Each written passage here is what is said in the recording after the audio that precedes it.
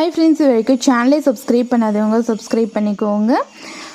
அழகே அழகே serial new promo என்னென்ன பார்க்கலாம். ரொம்பவே அப்செட்டாக இருக்காங்க ரேவதி வந்துட்டு.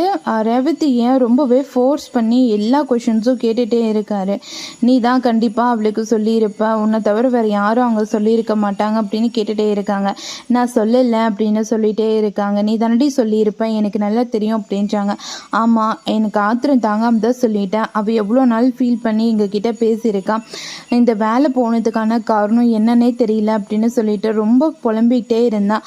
அதனால தான் அவகிட்ட சொன்னேன் நான் அப்படின்னு சொல்கிறாங்க. அது கேட்ட உடனே ரொம்பவே ஷாக்காகி இருக்காங்க. உனக்கு இவ்வளோ பெரிய துரோகம் எப்படி எனக்கு பண்ணணும்னு உனக்கு தோணுச்சு அப்படின்னு சொல்லிட்டு தங்கராஜ் வந்துட்டு செம்மையாக கோப்படுறாங்க. தெரியாமல் சொல்லிட்டேன், மன்னிச்சிடுங்க அப்படின்னு சொல்கிறாங்க. நீ தெரியாமல் சொன்ன, எல்லாமே தெரிஞ்சு தானடி நீ பண்ணியிருப்ப அப்படின்னு சொல்லிட்டு ரொம்பவே கோமா கத்துறாங்க. இதுக்கப்புறம் நான் எந்த தப்பும் பண்ண மாட்டேன், என்னை மன்னிச்சு விட்டுருங்க ஒரு முறை அப்படின்னு சொல்கிறாங்க. பயங்கரமாக போட்டு அடிச்சிடுறாங்க. உடனே தங்கராஜோட அம்மா வந்து சொல்கிறாங்க, எதுக்காகடி அவங்ககிட்ட அடி வாங்கி சாவுறேன், கொஞ்சம் அமைதியாக தான் இருக்கிறது, எதுக்காகடி வாயு விட்ட அப்படின்னு சொல்லிட்டு ரொம்பவே ஃபீல் பண்ணிட்டு அங்கேருந்து கிளம்பி போகிறாங்க.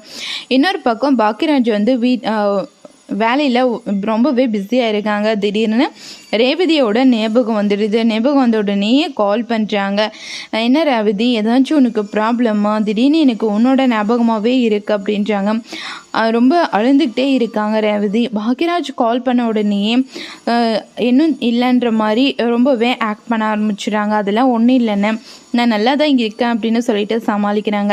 அதெல்லாம் பார்த்த உடனே ரொம்பவே ஃபீல் பண்ணிட்டு இருக்காங்க பாக்கியராஜ் வந்து. ஏதோ பிரச்சனை இருக்குது, ஆனால் என்னென்னு சொல்ல மாட்டேன்றாளே அப்படின்னு சொல்லிட்டு ரொம்பவே வருத்தப்பட்டுட்டு இருக்காரு. இதோட இந்த ப்ரோமோ முடியுது. வரப்போகிற எபிசோடில் என்ன மாதிரிலாம் நடக்க போகுது நம்ம பார்க்கலாம்.